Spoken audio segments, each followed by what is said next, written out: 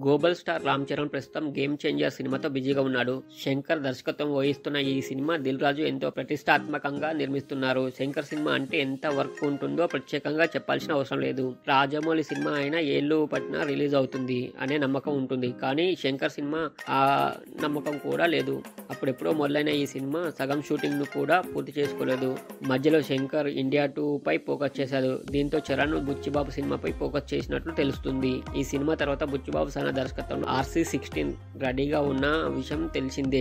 త్వరలోనే ఈ cinema sets మీదకు వెళ్లనుంది. ఇక ఈ 2 సినిమాలే కాకుండా చరణ్ మరో క్రేజీ ప్రాజెక్ట్ ను లైన్ లో పెట్టినట్లు తెలుస్తుంది. గత కొన్ని నెలల క్రితం చరణ్ ముంబైకి వెళ్లిన విషయం తెలిసిందే. బాలీవుడ్ డైరెక్టర్ సంజయ్ లీలా బన్సాలి ఆఫీస్ లో చరణ్ కనిపించడంతో చరణ్ బాలీవుడ్ లో రీఎంట్రీ ఇవ్వబోతున్నాడని వార్తలు వినిపిస్తున్నాయి. అయితే ఆ వార్తలు నిజం అవుతున్నట్లు సమాచారం. సంజయ్ లీలా బన్సాలి కథకు చరణ్ ఓకే చెప్పాడని 3 రోజుల క్రితమే సైన్ కూడా చేసినట్లు తెలుస్తుంది. ఇక సంజయ్ లీలా బన్సాలి గురించి ప్రత్యేకంగా చెప్పాల్సిన అవసరం లేదు. బాలీవుడ్ లో అపజయం ఎరుగని దర్శకుడుగా ఆయనకు ఎంతో పేరుంది. ప్రస్తుతం ఆయన హీరామండి అనే నెట్ఫ్లిక్స్ ఒరిజినల్ ను తెరకెక్కిస్తున్నారు. త్వరలోనే వీరి కాంబోలో అధికారికంగా ప్రకటించనున్నారు. ఇక బాలీవుడ్ లో RRR తర్వాత చరణ్ పేరు మారుమోగిపోతుంది. ఇక ఈ సినిమా రికార్డు బద్దలు అవ్వడం ఖాయమే అని అభిమానులు చెప్పుకొస్తున్నారు.